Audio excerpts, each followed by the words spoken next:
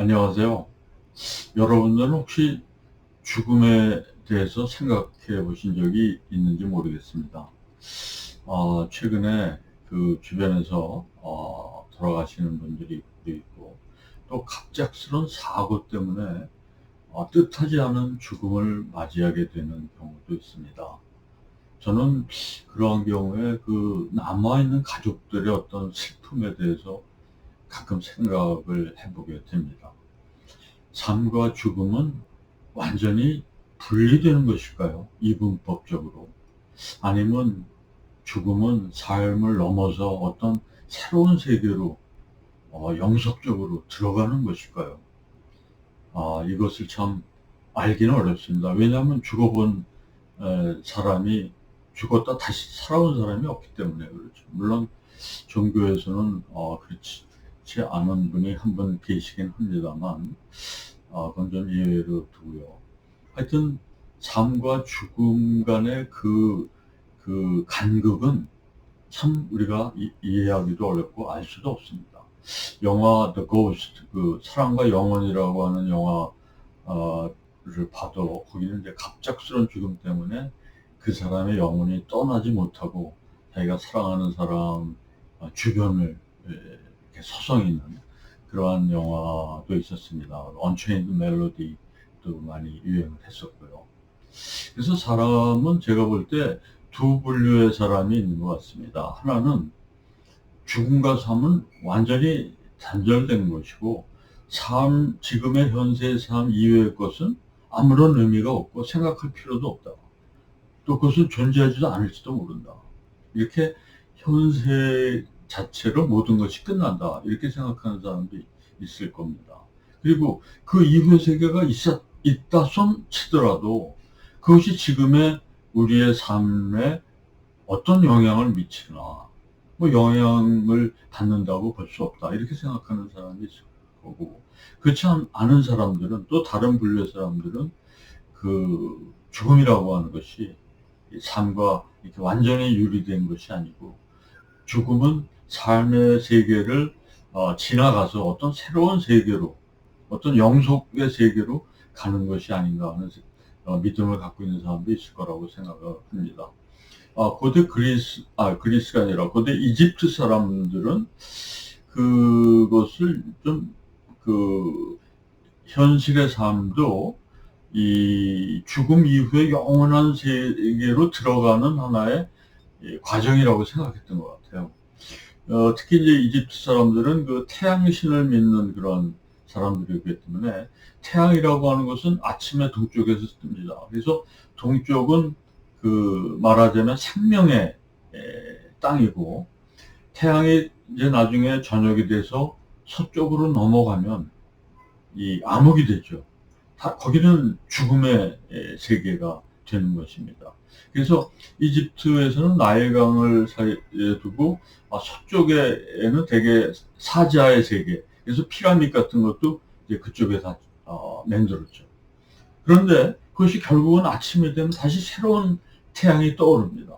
새로운 생명이 부활해서 다시 시작을 하는 것처럼 새로운 생명이 시작된다고 믿었던 것 같습니다.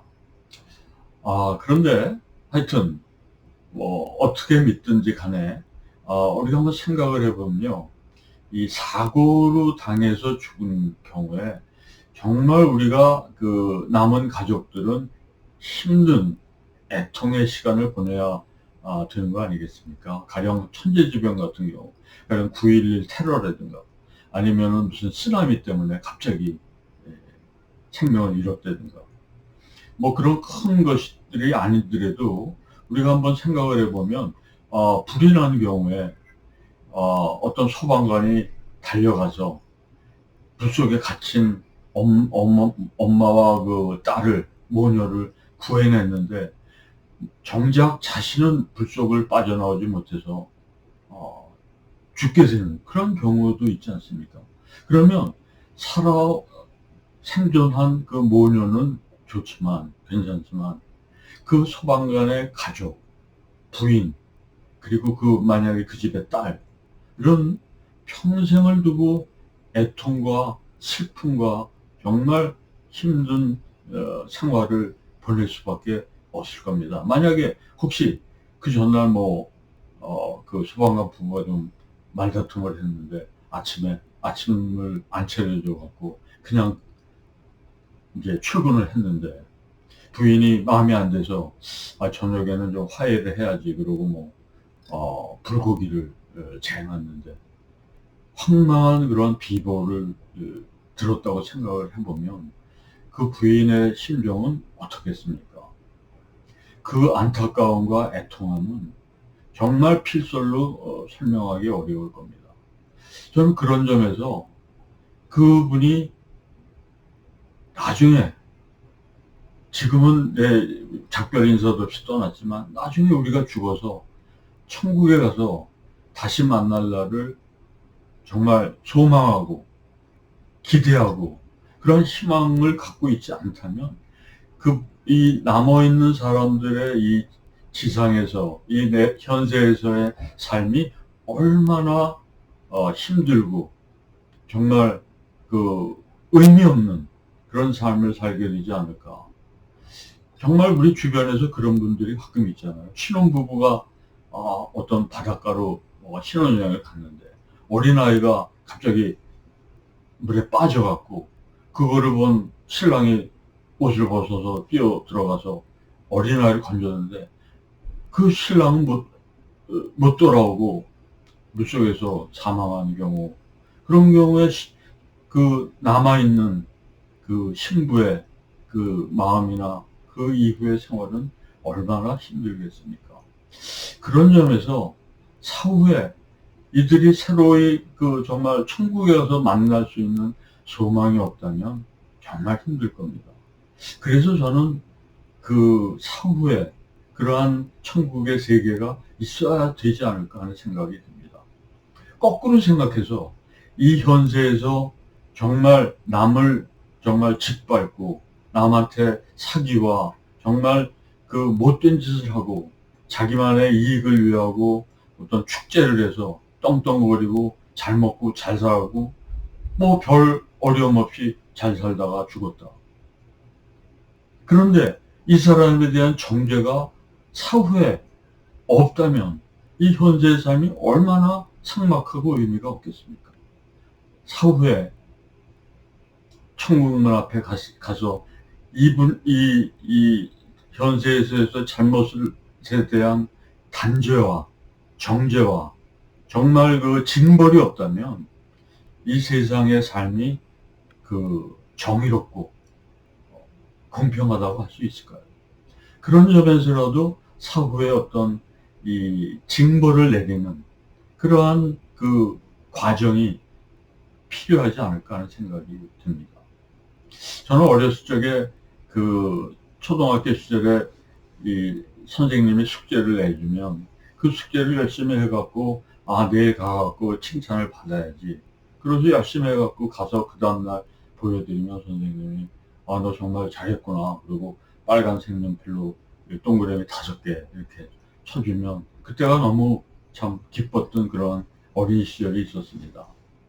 지금의 우리의 삶도 저희가 이 세상에서 나의 삶을 마치고 세상을 떠난 다음에 천국문에 올라가서 그래 너 지상에서의 정말 삶을 열심히 힘들게 땀 흘리고 남을 위해서 봉사하고 열심히 살았구나.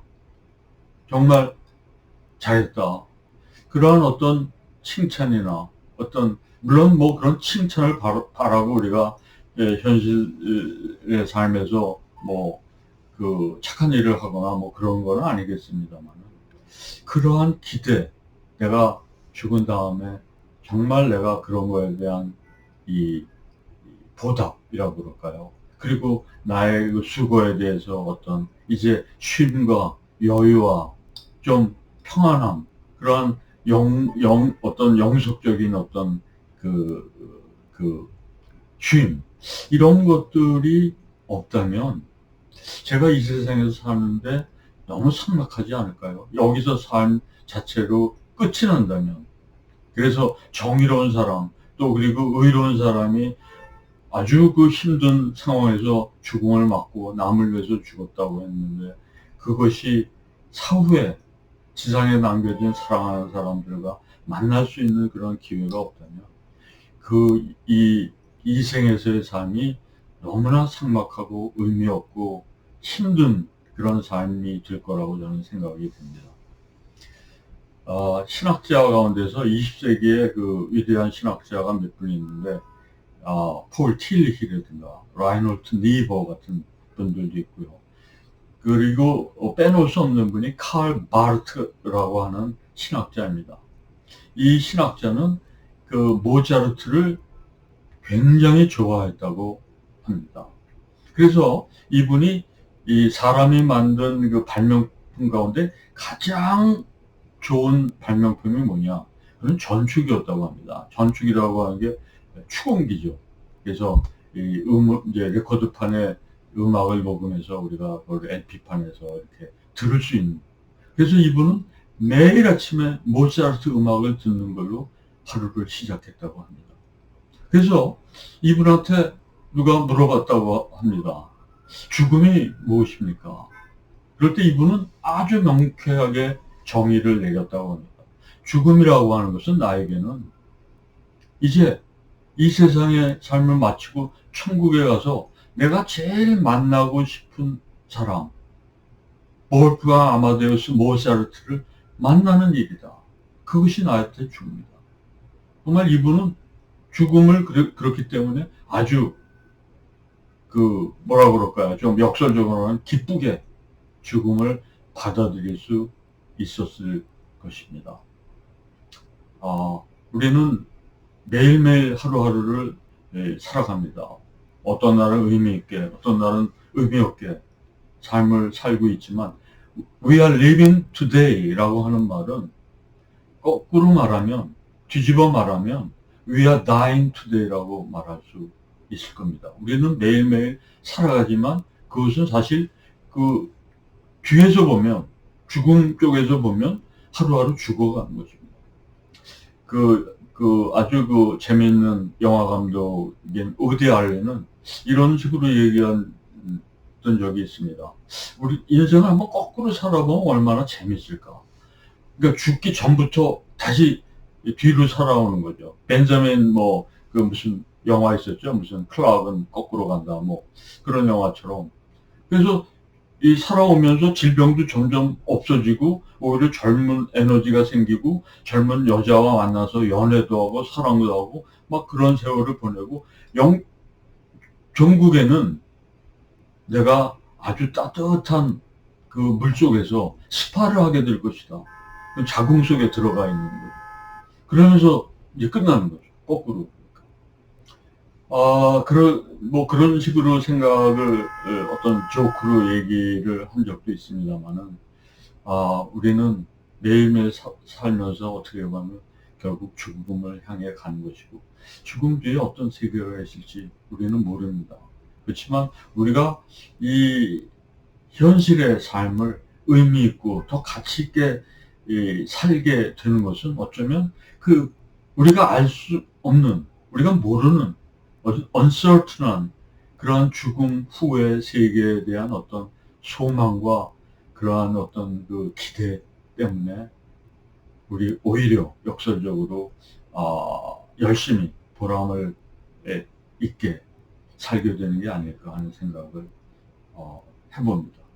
오늘은 뜻하지 않게 죽음을 맞게 되는 사람의, 특히 가족의 어떤 애통함, 이런 것들에 대해서 한번 생각을 해봤습니다. 감사합니다.